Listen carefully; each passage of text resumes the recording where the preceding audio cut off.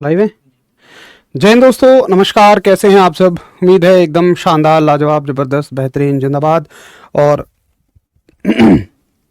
बड़े ही शानदार तरीके से आप सभी अपनी तैयारी में जुटे हुए, ऐसी मैं आशा करता हूं।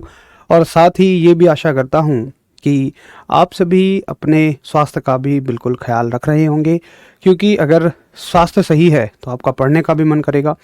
कभी कभी ऐसा होता है कि हम सोच लेते हैं यार रेस्ट बिल्कुल भी नहीं करना है, लेकिन एक बात समझ लीजिए आप कि शरीर को जितना रेस्ट चाहिए वो उतना लेगा। हो सकता है शरीर को 7 घंटे का रेस्ट चाहिए, आप केवल 4-4 घंटे का रेस्ट दे रहे हैं। तो मान लो एक हफ्ते आपने हर दिन 3 घंटे की कमी की, 21 घंटे का रेस्ट आपने नहीं किया, तो आपका शरीर खुद को बीमार कर देगा और 21 घंटे आपको हॉस्पिटल में एडमिट कर देगा। तो वहां पे वो 21 घंटे का रेस्ट निकाल देगा। इसलिए भाई अच्छा होगा कि आप पहले से ही बॉडी को अपना रेस्ट देते भी रहिएगा। चलिए, स्वागत है आप सभी का आपके अपने परिवार रोजगार विद अंकित में।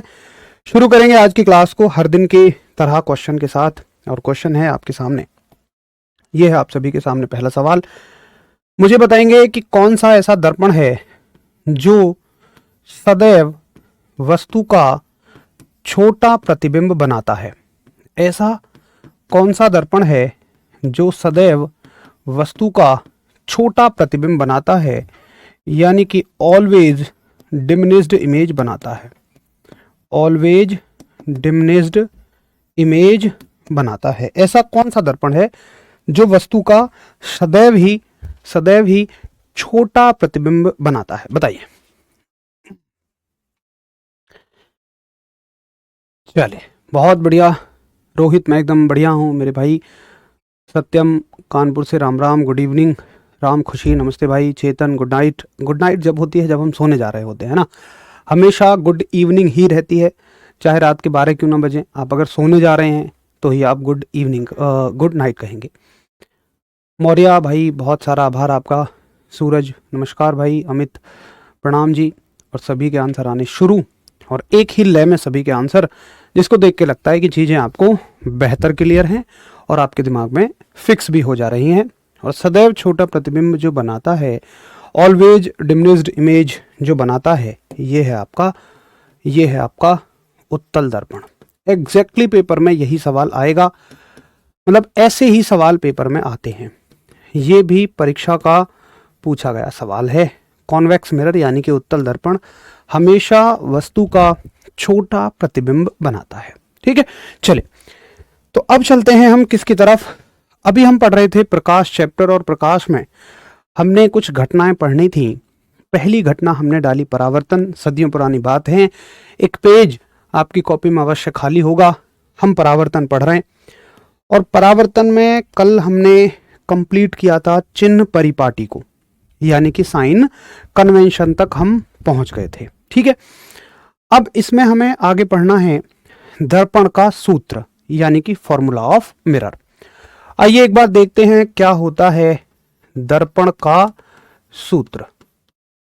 दर्पण का सूत्र यानी कि फॉर्मूला ऑफ मिरर। देखें जरा क्या होता है फॉर्मूला ऑफ मिरर, दर्पण का सूत्र। देखिए, आपसे कुछ क्वेश्चंस वगैरह पूछे जाएंगे, और वो क्या क्या पूछे जाएंगे सुनेंगे बड़े ध्यान से। ये मान के चलिए एक दर्पण है मेरे सामने, ये एक अवतल दर्पण हो गया।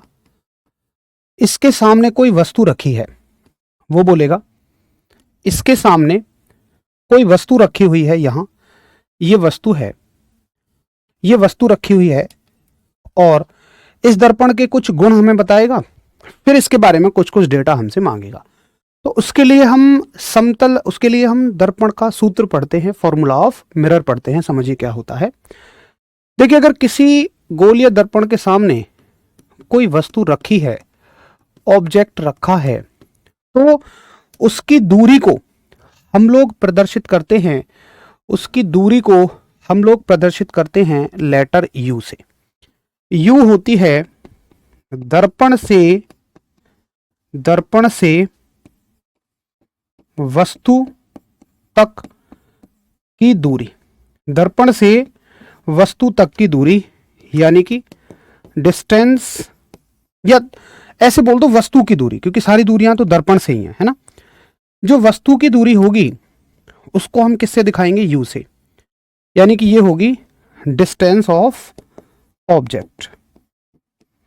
अब मान लीजिए कि इसकी इमेज कहीं यहां बनती है, इसकी इमेज यहां बनती है, तो जो प्रतिबिंब बना है उसकी दूरी को हम लोग दिखाते हैं लेटर v से, उसकी दूरी को हम लोग दिखाएंगे लेटर v से। तो v क्या है? बनने वाले प्रतिबिंब की दूरी। पॉजिटिव नेगेटिव बाद में देखेंगे, है ना। अभी बस नोटेशन समझिए कि u क्या है, v क्या है, f क्या है, ये सारी चीजें।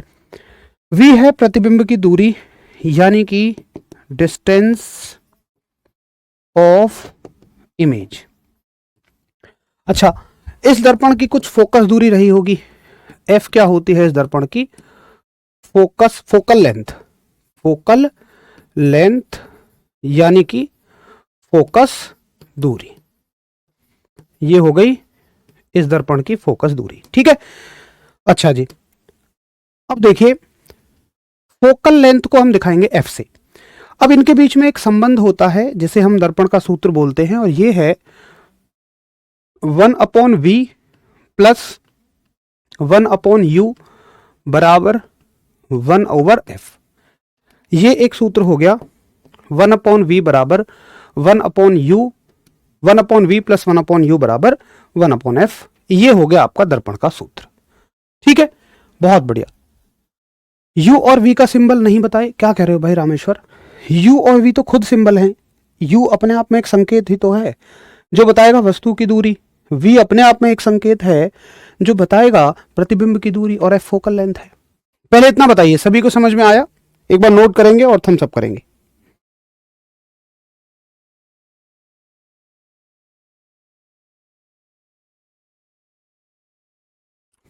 एक बार सभी लोग नोट करेंगे और थम्स अप कर देंगे कि ठीक है, हमें समझ में आ गया।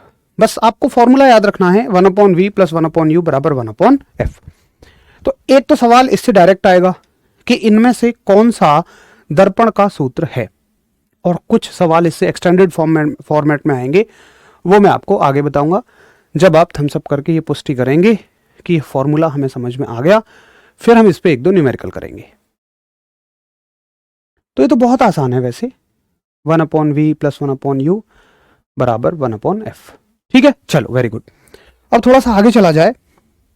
देखिए इस क्वेश्चन आएगा, जैसे मान लो सवाल आपसे पूछा जाएगा न्यूमेरिकल, हालांकि इसके आने के चांस बहुत कम हैं, लेकिन हम लोग अपनी तैयारी बिल्कुल सेफर साइड में लेके चल रहे हैं।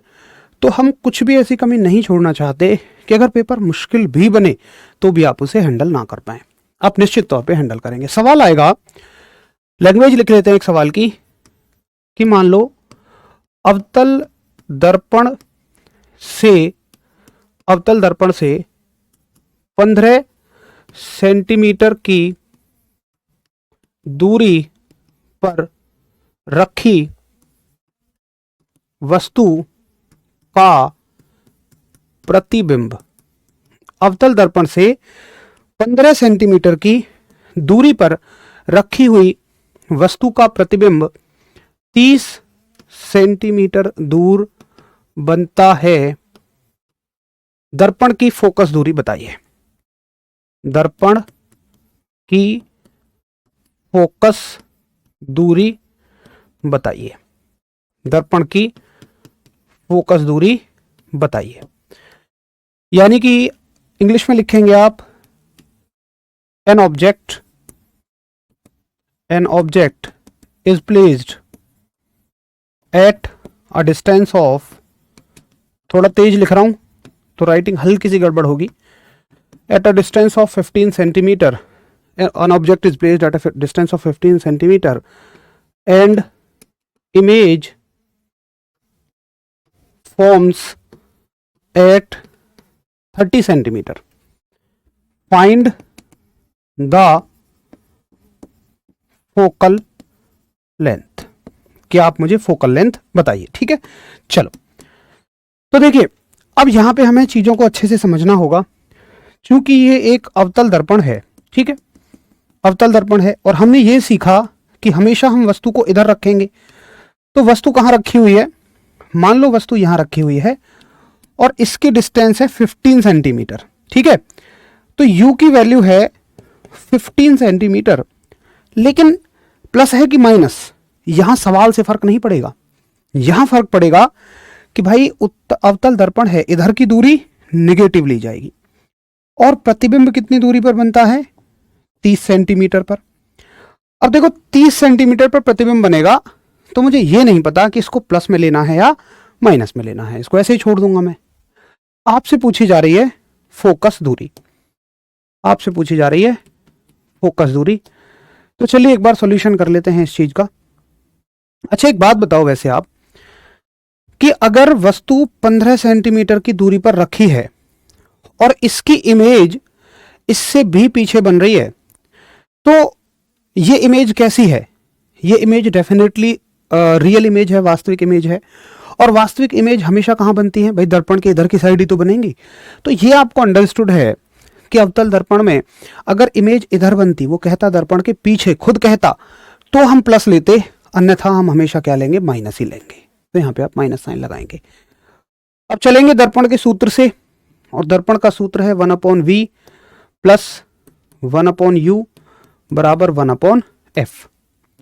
तो 1/v, v की वैल्यू है -30, u की वैल्यू है -15 और f की वैल्यू हमें निकालनी है, ठीक है।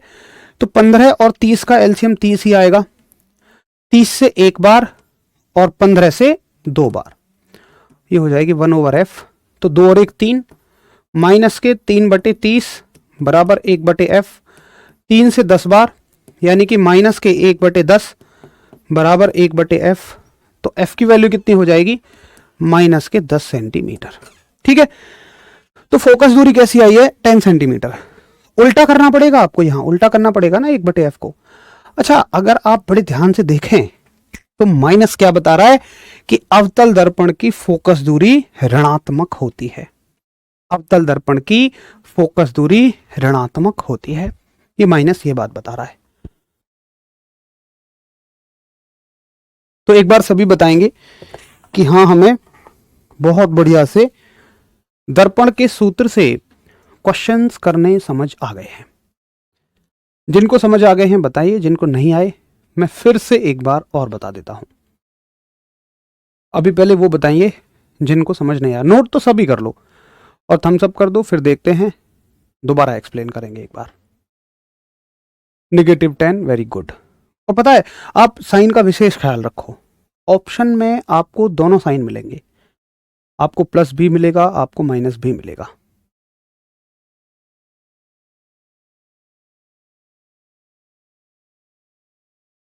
ठीक है, मैग्निफिकेशन के बारे में बात करेंगे भाई। u नेगेटिव, आप हमेशा u को नेगेटिव लो, ठीक है अमित, आप u की वैल्यू को हमेशा ही नेगेटिव लो। राम खुशी कह रहे हैं पॉजिटिव नहीं होती है सर। राम खुशी तुम्हारा नाम राम दुखी हो सकता है कभी? नहीं हो सकता भाई, वो तो फिक्स हो गया ना, नहीं हो सकता कभी भी। तो ये फिक्स है भाई, इसका इधर ही सर्कल कंप्लीट होगा, नेगेटिव ली जाएगी तो हमेशा ही नेगेटिव ली जाएगी, वो कभी पॉजिटिव नहीं ली जाएगी। चलिए एक बार दोबारा से देख लेते हैं, मैं इसको हटा देता हूं, ये सारी कैलकुलेशन मैं हटा देता हूं, दोबारा आ गया, सारे जहां से अच्छा, ये लो भाई। अब चलो दोबारा लिखते हैं। देखो एक वस्तु रखी है 15 सेंटीमीटर दूर, वस्तु की दूरी को हमेशा माइनस लो, कोई भी दर्पण हो वस्तु की दूरी को हमेशा माइनस लो। अगर अवतल दर्पण है तो प्रतिबिंब की दूरी को हमेशा माइनस लो, ये लो और आसान बना दिया।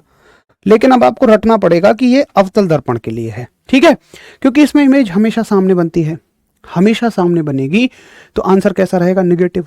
भाई इमेज हमेशा सामने बनती है, केवल एक केस ऐसा है जिसमें पीछे बनती है, अगर वो होता तो ये बोलता दर्पण के पीछे, लेकिन क्वेश्चन में कहीं भी नहीं बोला है कि दर्पण के पीछे है, तो यही मानेंगे हम दर्पण के सामने है। अगर आपको ये नहीं समझ आ रहा है कि इधर की दूरी माइनस में ली जाती है, तो कल की क्लास को एक बार और दोबारा देखो, उसमें मैंने आपको दूरियां बताई थी, इधर की दूरी हमेशा माइनस में ली जाएगी, ठीक है। उसके बाद केवल सॉल्व करना है हमें, यहां के बाद मैथ शुरू होता है आपका, मेरा काम खत्म है, फिर भी मैं आपको बेसिक से बता रहा हूं। 1/v, v की वैल्यू है 30, माइनस को ऊपर रखो नीचे रखो कोई फर्क नहीं पड़ता। u की वैल्यू है 15 बराबर 1/f। 15 और 30 का लेस है, एलसीएम आ जाएगा 30। 30 एकम 30, ये -1, ये 15 दूनी 30 -2 और ये 1/f। 2 और 1 3, माइनस के 3/30। 3 से 10 बार मारा जाएगा, माइनस के 1/10 बराबर 1/f। f इसको उल्टा कर दो तो उल्टा करोगे f की वैल्यू आ जाएगी 10, ये माइनस है यहां माइनस लग जाएगा, 10 सेंटीमीटर। टक से आंसर हो गया। ठीक है, f निगेटिव होती है, वास्तविक हो या आभासी। हाँ बिल्कुल रामखुश, ये बात बिल्कुल ठीक है। f कभी भी इस बात पर निर्भर नहीं करेगा कि ये वास्तविक है आभासी है, वो हमेशा ही हमेशा निगेटिव होगी। ठीक है, वो कभी डिपेंड नहीं करेगा। चलिए समझ आ गया। हाँ बिल्कुल वेदांत, आप कह सकते हो कॉनकेव मिरर में, केवल एक केस को छोड़ के। अगर वो कहेगा कि भाई अच्छा एक बात बताओ, चलो पहले इस क्वेश्चन को करो, फिर मैं एक और क्वेश्चन कराता हूं, आपको क्लियर होगा। इसी में बताऊं, देखो अगर ये सवाल बोलता कि जो प्रतिबिंब बन रहा है वो आभासी है, तभी तो तुम ये मानते कि प्रतिबिंब पीछे बन रहा होगा, है ना, आभासी प्रतिबिंब के लिए मानते। अब उसने कुछ बोला ही नहीं है तो हम वास्तविक प्रतिबिंब मानेंगे, रियल इमेज मानेंगे। ठीक है, चल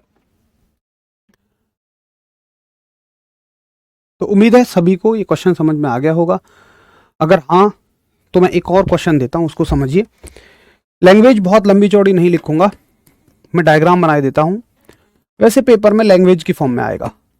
मान लो कि कोई वस्तु अवतल दर्पण से कुछ दूरी पर रखी हुई है। मान लो कोई वस्तु अवतल दर्पण से 15 सेंटीमीटर की दूरी पर रखी हुई है, ये वस्तु है।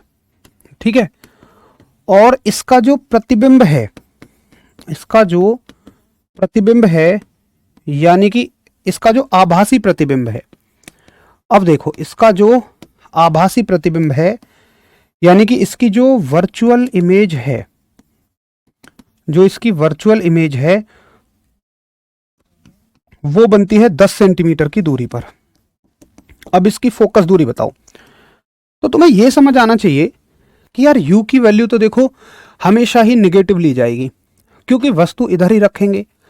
लेकिन अगर ये कह रहा है आभासी प्रतिबिंब है, अगर सवाल में दे स्पेशली आभासी, अगर सवाल में दे वर्चुअल, तो ही आप ये मानोगे कि कहीं इमेज पीछे बनी होगी। भाई मैं तो मान रहा हूं इमेज यहां बनी होगी, तो इधर की दूरी कैसी लोगे तुम, पॉजिटिव लोगे, तो ये पॉजिटिव 10 सेंटीमीटर है। ठीक है, अगर क्वेश्चन में कहे आभासी तो ही तुम अवतल दर्पण के लिए v की वैल्यू पॉजिटिव लेना, अदरवाइज नेगेटिव ले देना। ठीक है, क्लियर है। चलिए अब सॉल्व करेंगे। 1/v प्लस 1/u बराबर 1/f, तो 1/v। v की वैल्यू है प्लस के 10, यही तो होता है v। v की वैल्यू है 1/10 रख दो प्लस में है तो, और u की वैल्यू है -15 और ये है 1/f। 15 और 10 का एलसीएम 30, 10 से 3 बार और 15 से 2 बार।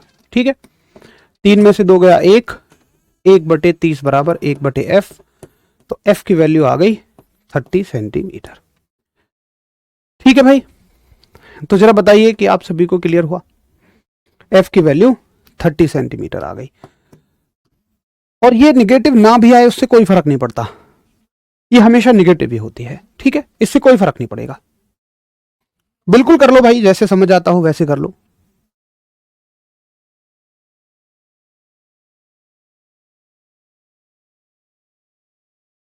तो अब उम्मीद है आपको समझ में आ गया होगा कि कहां प्लस लेना है और बस कहां माइनस।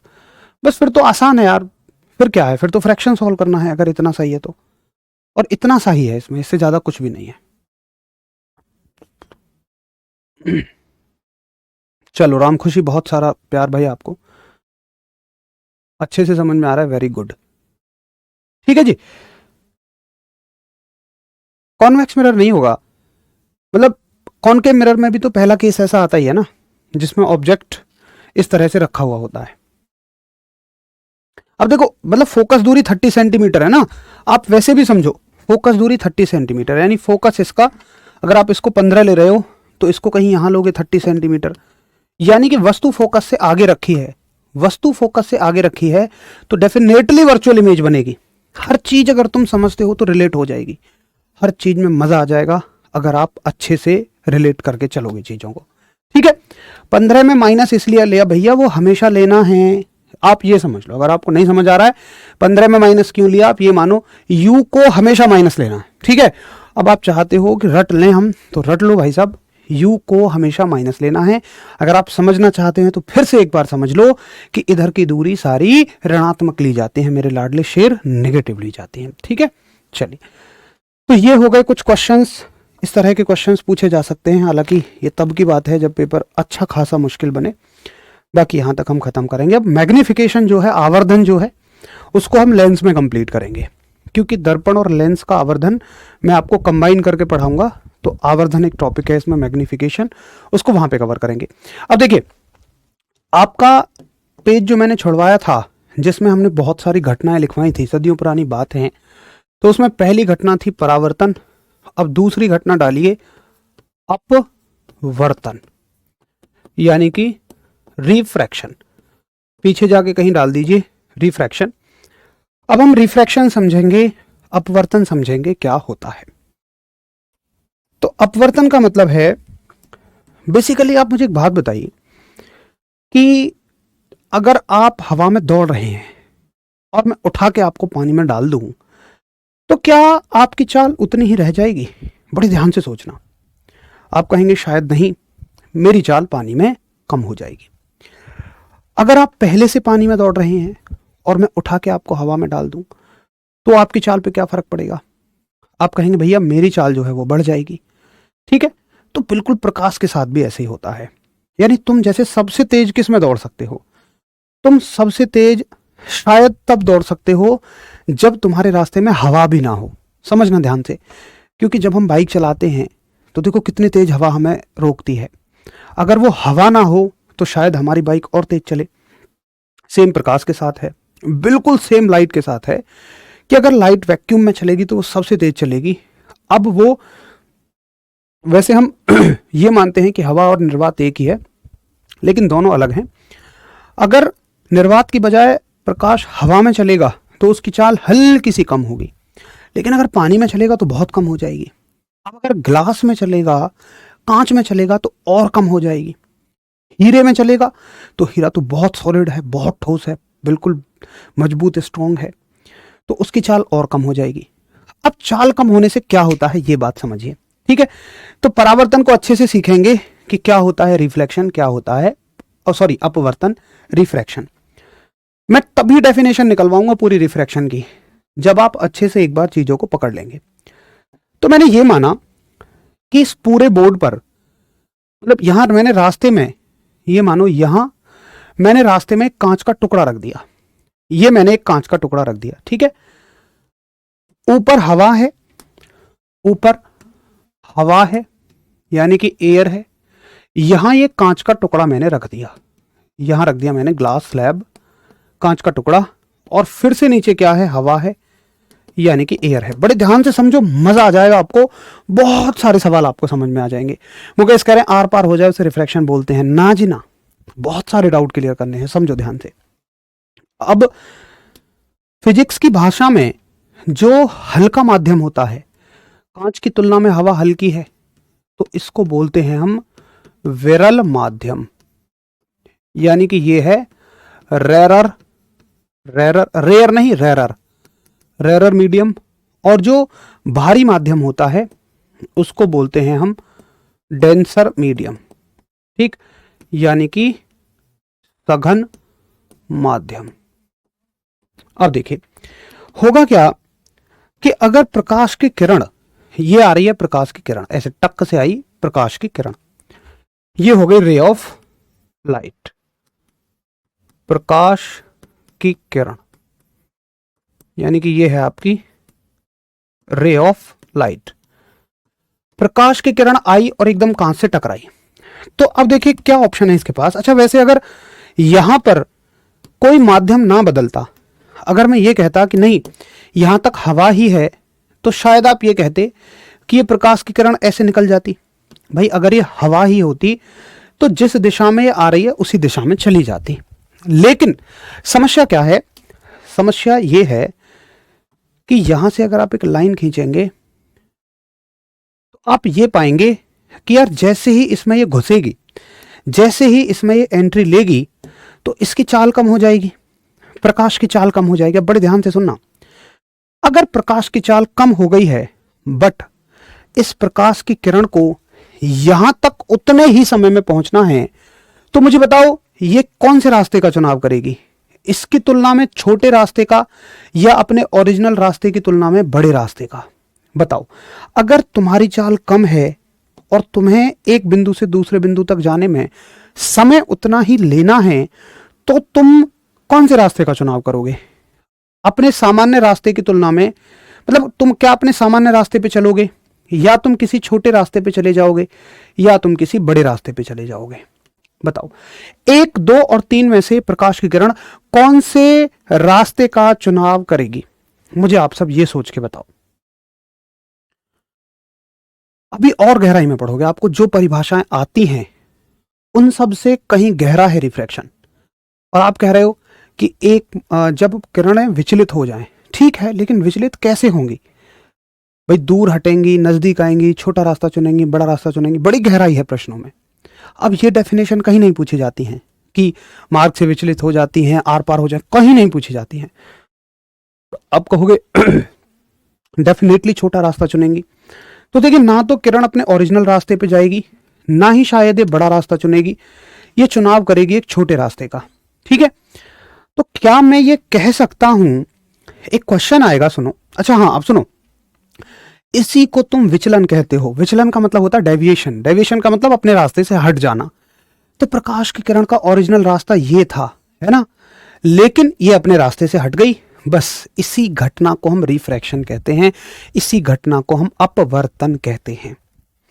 तो अपवर्तन की डेफिनेशन है कि जब प्रकाश की किरण एक माध्यम से दूसरे माध्यम में जाती है, तो ये अपने, इसकी गति कम या ज्यादा होने के, गति में परिवर्तन होने के कारण, ऐसे कहिए, इसकी गति में बदलाव आने के कारण ये अपने रास्ते से हट जाती है, विचलित हो जाती है, इसे ही हम रिफ्रैक्शन कहते हैं। ठीक है, तो मैं रिफ्रैक्शन की डेफिनेशन लिखूंगा कि जब प्रकाश की किरण, रिफ्रैक्शन की डेफिनेशन है, जब प्रकाश किरण, जब प्रकाश किरण एक माध्यम से,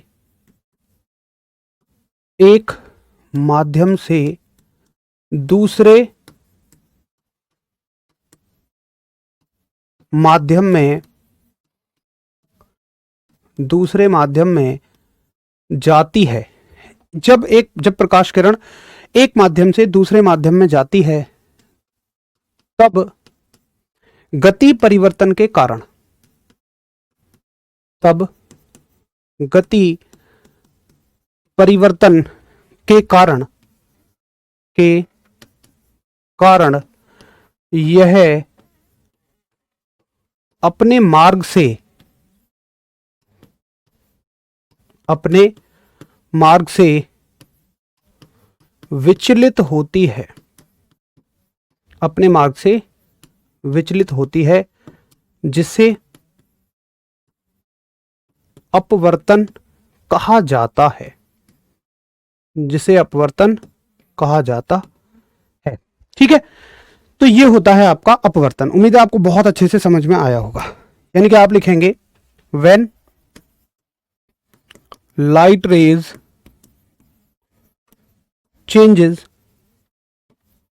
medium, then when light ray changes medium, the speed changes, hence it deviates, hence it deviates, that is called as, that is called as refraction। ठीक है, तो इसी को हम क्या बोलते हैं, रिफ्रैक्शन बोलते हैं। ये एक बेसिक डेफिनेशन हो गई। अब सुनो आगे की बात, सुनो, पहले इसको नोट करो फटाफट और फिर आगे की बात सुनेंगे हम। पहले फटाफट नोट करेंगे और फिर हम आगे की बात सुनेंगे।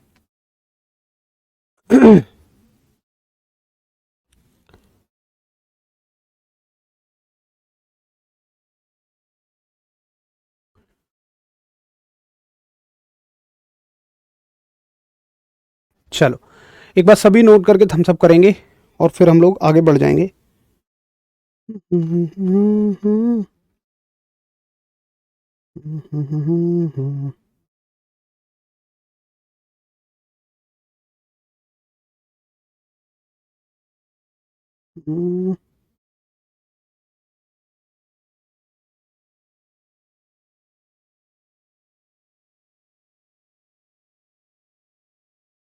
ठीक है, चलो ये बहुत अच्छे से समझ में आ गया। अब आगे देखिए, आप आगे चलते हैं। अब जब ये प्रकाश की किरण यहां आएगी तो एक बात बताइए, जब ये प्रकाश की किरण यहां आएगी तो ये इसे क्या महसूस होगा? इसे महसूस होगा कि यार माध्यम ना हल्का आ चुका है। भाई फिर से हवा आएगी, और हवा को फिजिक्स की भाषा में क्या बोलेंगे आप बोलेंगे विरल माध्यम, यानी कि रेयर मीडियम। भाई एक बात बताओ, जब तुम पानी से निकलोगे हवा में, मान लो पहले तुम पानी में दौड़ रहे थे फिर हवा में दौड़ो, तो तुम्हारी चाल डेफिनेटली बढ़ जाएगी। तो क्या होगा कि अगर मैं यहां एक लाइन खींचूं केवल तुलना के लिए, ठीक है, केवल तुलना के लिए मैं लाइन खींचूंगा, तो आप ये पाएंगे कि ये प्रकाश की किरण अब ऐसे नहीं जाएगी। देखो अगर ये पानी कांच में ही होती हमेशा तो ये अपने रास्ते पे चल रही होती, लेकिन अब इसे अपनी चाल बढ़ी हुई महसूस होगी, तो उतनी ही दूरी तक जाने के लिए अब आप समझ जाएंगे कि ये बड़े रास्ते का चुनाव करेगी। भाई समय उतना ही लेना है, तो अब ये इस रास्ते से ना जाके थोड़ा बड़ा रास्ता पकड़ेगी, ताकि जो बढ़ा हुआ समय है वो यूज हो सके इसका।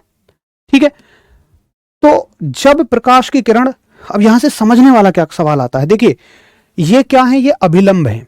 जैसे हमने दर्पण में एक लाइन खींची थी बीचों बीच में, उनको क्या बोलते हैं हम? अभिलंब बोलते हैं, यानी कि नॉर्मल बोलते हैं। ये भी नॉर्मल है और ये भी नॉर्मल है। तो सवाल क्या आएगा? सवाल आएगा, सुनो, एक और सवाल तैयार, कि जब प्रकाश की किरण एक विरल माध्यम से सघन माध्यम में जाती है, तो ये बताइए कि वो अभिलंब की तरफ मुड़ती है या अभिलंब से दूर जाती है? तुम कहोगे भैया कि देखो वो जानी तो ऐसे चाहिए थी, लेकिन वो चूंकि ऐसे गई है तो अभिलंब की तरफ मुड़ी है। यानी कि मैं साफ शब्दों में कह सकता हूं कि अगर प्रकाश की किरण विरल माध्यम से सघन माध्यम में आई है, अगर ये प्रकाश की किरण विरल माध्यम से, अगर ये विरल माध्यम से सघन माध्यम में आई है, सघन माध्यम में आई है, तो ये अभिलंब की ओर झुकेगी। बोले सही कह रहा हूं मैं? ये अभिलंब की ओर झुकेगी। क्लियर है? अगर ये विरल से सघन में आई है तो अभिलंब की ओर झुकेगी, यानी कि अगर ये रेरर टू डेंसर है, अगर ये रेरर टू डेंसर है तो आप कहेंगे ये आएगी टुवार्ड्स द नॉर्मल। लेकिन अगर वहीं ये डेंसर से रेरर में है, यानी सघन से विरल में है, तो देखिए दरअसल ये जा ऐसे रही थी, लेकिन ये अभिलंब से दूर हट गई। इसका रास्ता ये था, ऐसे आती तो नजदीक आती अभिलंब के, ऐसे गई है तो दूर गई है।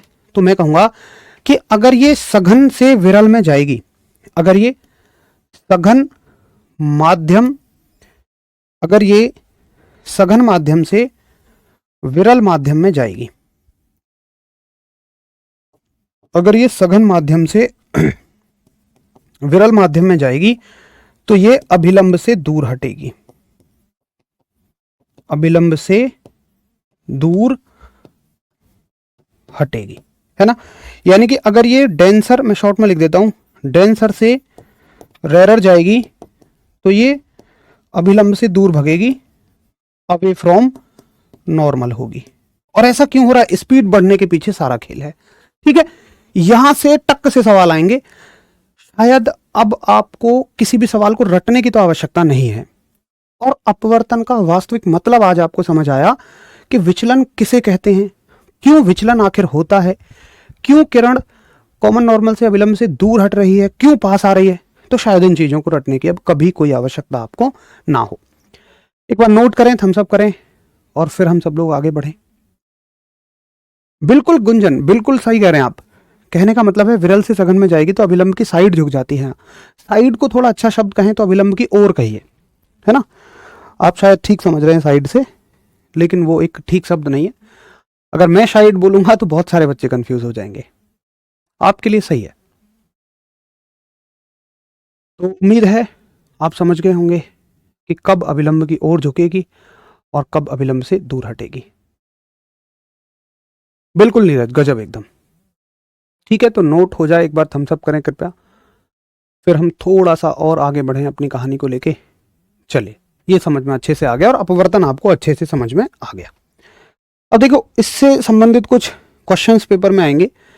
जैसे बोलेगा कि बताइए अपवर्तन के अनुप्रयोग क्या हैं, अपवर्तन के एप्लीकेशन, यानी कि कौन सी ऐसी घटनाएं हैं जो अपवर्तन से समझी जा सकती है।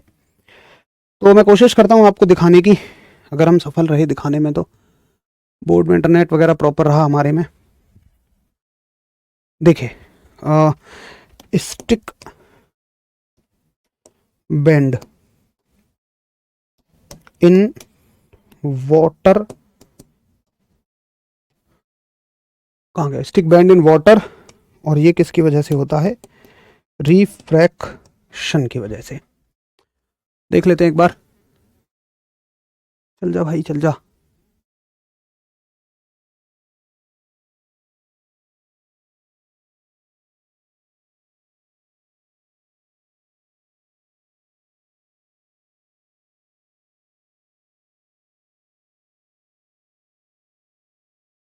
चलो, तो थोड़ा सा लेट है, शायद आप सभी ने देखा भी होगा कि जब हम पानी में किसी स्टिक को डालते हैं तो वो हमें बेंड नजर आती है, वो थोड़ी सी मुड़ जाती है। ऐसे ही किसी पेंसिल को भी डालोगे, जैसे देखो एक्चुअल डायग्राम है, यहां आप देखिए, ये आपकी स्टिक रखी हुई है पानी में, और किस प्रकार से ये यहां रखी हुई है पेंसिल, और ये हमें मुड़ी हुई नजर आ रही है, कहीं दूसरी जगह नजर आ रही है। ऐसा क्यों होता है? ऐसा देखिए इसलिए होता है क्योंकि जैसे मानो ये है आपका, या उस डायग्राम में बता देता हूं मैं आपको, ये है आपका, आजा भाई आजा, चलो मैं अलग ही दिखा देता हूं, बना के दिखा देता हूं, वो पता नहीं क्या जूम ज्यादा हो गया। ये है आपका, मान लो वाटर, ठीक है, ये वाटर है, और इसमें अगर आप एक स्टिक को यहां डालेंगे तो ये आपको हल्की सी बैंड नजर आएगी, क्योंकि आप प्रकाश की किरणों को देखिए एक बार, कि जब वो सघन माध्यम में आ रही हैं तो ऐसे हैं, विरल में आ रही हैं तो सघन में आएंगी तो अपना रास्ता बदलेंगे, डेफिनेटली ऐसे करके जाएंगे, तो स्टिक आपको इस प्रकार से मुड़ी हुई नजर आएगी।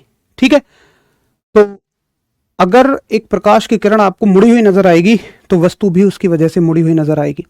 इसलिए आप कह देंगे कि ये किसका उदाहरण है, ये अपवर्तन का उदाहरण है।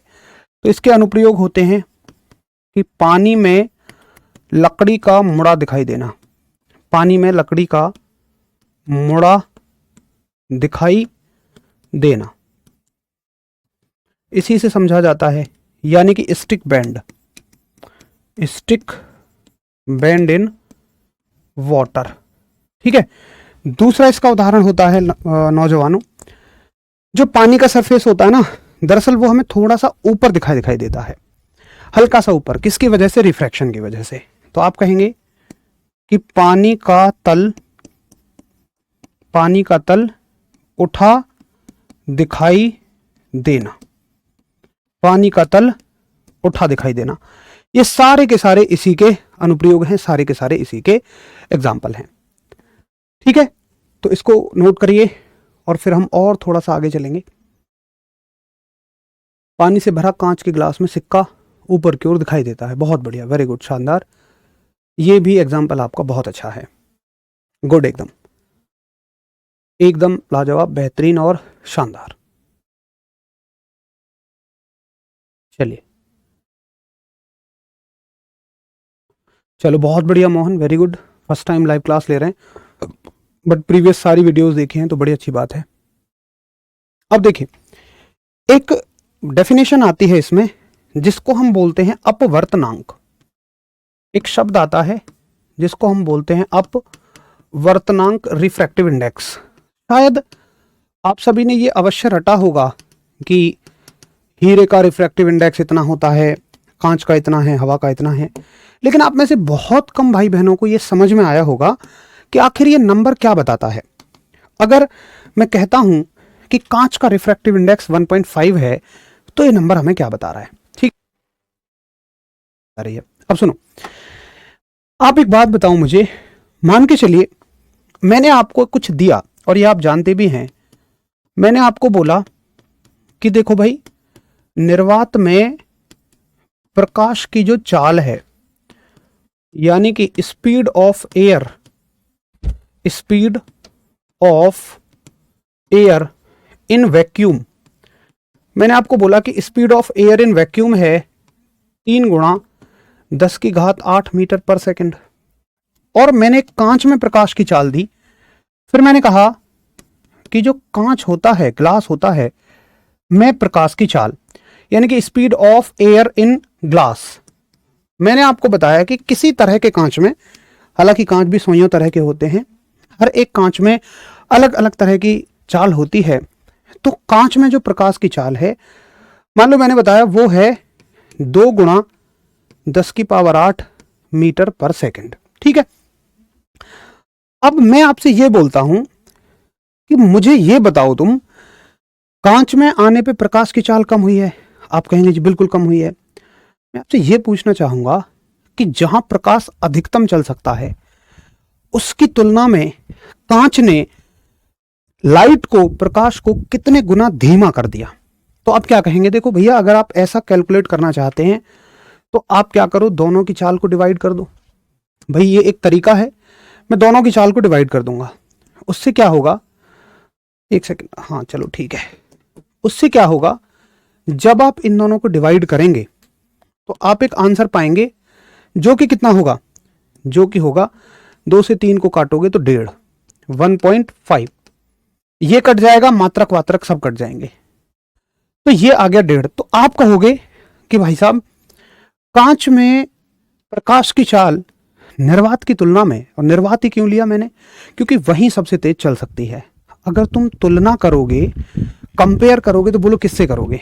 क्या तुम, मतलब मान लो कल को आप शादीशुदा होते हैं, आपके बच्चे के कुछ नंबर आते हैं, तो उसके नंबरों की तुलना आप किससे करोगे? जिसके कम नंबर हैं या जिसके सबसे ज़्यादा नंबर हैं? डेफिनेटली सबसे ज़्यादा नंबर वाले से तुलना करेंगे हम, कि उसकी तुलना में तुम्हारे उतने नंबर हैं।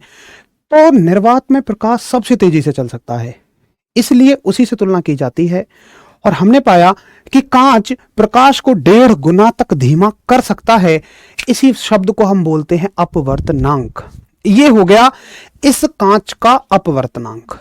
ठीक है, ये हो गया इस कांच का अपवर्तनांक, जिसमें प्रकाश की चाल इतनी है, यानी कि शॉर्ट में लिखता हूं मैं इंग्लिश में, रिफ्रैक्टिव इंडेक्स ऑफ ग्लास।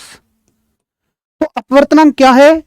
हर एक माध्यम के लिए, हर एक माध्यम के लिए एक ऐसा नंबर है जो यह बताता है कि स्पीड ऑफ लाइट को कितने गुना धीमा किया जा चुका है। अब एक बार बता दो कि अपवर्तनांक की ना मुझे अंदर तक समझ आ गई है कि आखिर अपवर्तनांक क्या होता है। तो मेरे लाडले शेरों, यही अपवर्तनांक की डेफिनेशन होती है। अपवर्तनांक बराबर, अगर जगह हो तो लिख लो, नहीं तो कोई बात नहीं, कि अपवर्तनांक बराबर रिफ्रैक्टिव इंडेक्स बराबर निर्वात में प्रकाश की चाल और कांच में प्रकाश की चाल का रेशियो।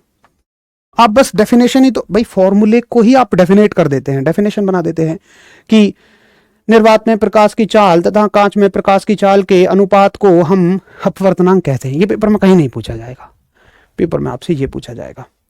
ठीक है, अच्छा, तो अब आप, उम्मीद है कि किसी भी वस्तु का रिफ्रैक्टिव इंडेक्स निकाल लेंगे अगर आपको ये पता है कि उसमें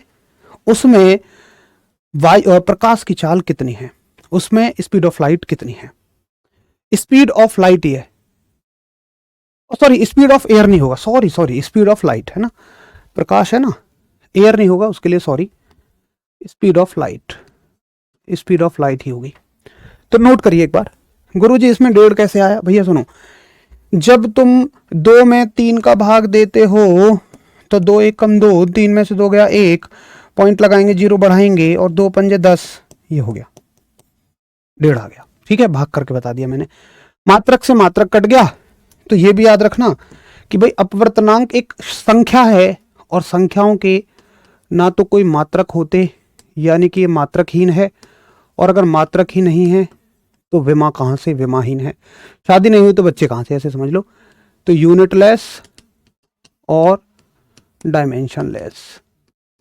ठीक है, यूनिटलेस और डायमेंशनलेस। क्लियर है? चलो भाई, बहुत बढ़िया। पहली बार समझ में आया, बिल्कुल समझ में आया। उम्मीद है समझ में अच्छा आ गया।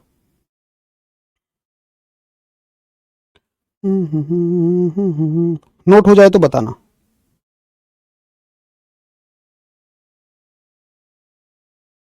चलिए, बहुत बढ़िया।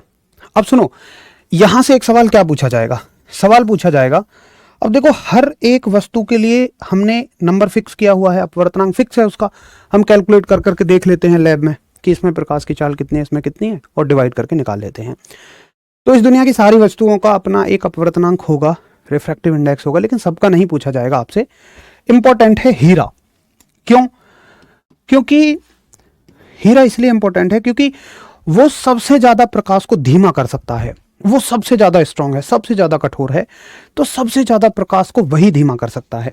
तो सवाल आएगा कि बताओ सबसे ज्यादा अपवर्तनांक किसका होता है? यानी कि हाई, ऐसे लिखो, सबसे ज्यादा मैक्सिमम लिखो कि भाई मैक्सिमम रिफ्रैक्टिव इंडेक्स किसका है? तो आंसर आएगा जी हीरे का। सबसे ज्यादा रिफ्रैक्टिव इंडेक्स हीरे का है, डायमंड का है। पूछ भी लेगा कितना है, तो आप कहोगे 2.42। 2.42 डायमंड का रिफ्रैक्टिव इंडेक्स है, यानी कि ये प्रकाश की चाल को लगभग 2.5 गुना तक कम कर देगा, 2.5 टाइम्स कम कर देगा। ठीक है, हीरे का 2.42 एग्जैक्टली होता है। रिफ्रैक्टिव इंडेक्स का मात्रक क्या होगा? बता दिया मैंने आपको, कोई मात्रक नहीं होगा, कोई विमा नहीं होगी। This is just like a number. उम्मीद है आपको मेरी बात अच्छे से समझ आ गई होगी। तो मेरे शेरों, अभी हमने ये समझा है कि अपवर्तन क्या होता है, और कल हम इसमें शुरू करेंगे लेंस। अपवर्तन लेंसों से ही होता है, क्योंकि अपवर्तन जब होगा जब प्रकाश की किरण एक माध्यम को पार करके दूसरे माध्यम में जाए, जो कि दर्पण से संभव नहीं है, मिरर से, केवल लेंस से संबंधित है। तो कल हम लेंस पे आएंगे। दरअसल परावर्तन में केवल हमें दर्पण पढ़ने होते हैं, परंतु यहाँ ये कहानी भी पढ़नी होती है, अच्छे से समझना होता है इसको, और उसके बाद हम आगे चलते हैं लेंस पे। तो कल हम शुरू करेंगे लेंस से। जिसको दर्पण याद होंगे, बस मैं इतना कहूंगा, आते ही 5 मिनट में लेंस खत्म हो जाएगा, क्योंकि हमें बस उल्टा उल्टा करते हुए चले जाना है। और उल्टा वो कर पाएगा जिसको सीधा आता होगा, नहीं तो फिर कंफ्यूज हो जाएंगे। जी बिल्कुल प्रशांत जी, अभी 9 बजे एक क्लास होने जा रही है जो कि इंडियन आर्मी के लिए लाइव मॉक टेस्ट की क्लास है। तो 9 बजे आप चाहें तो उसमें जुड़ सकते हैं। मिलते हैं फिर कल। नमस्कार, धन्यवाद, जय हिंद।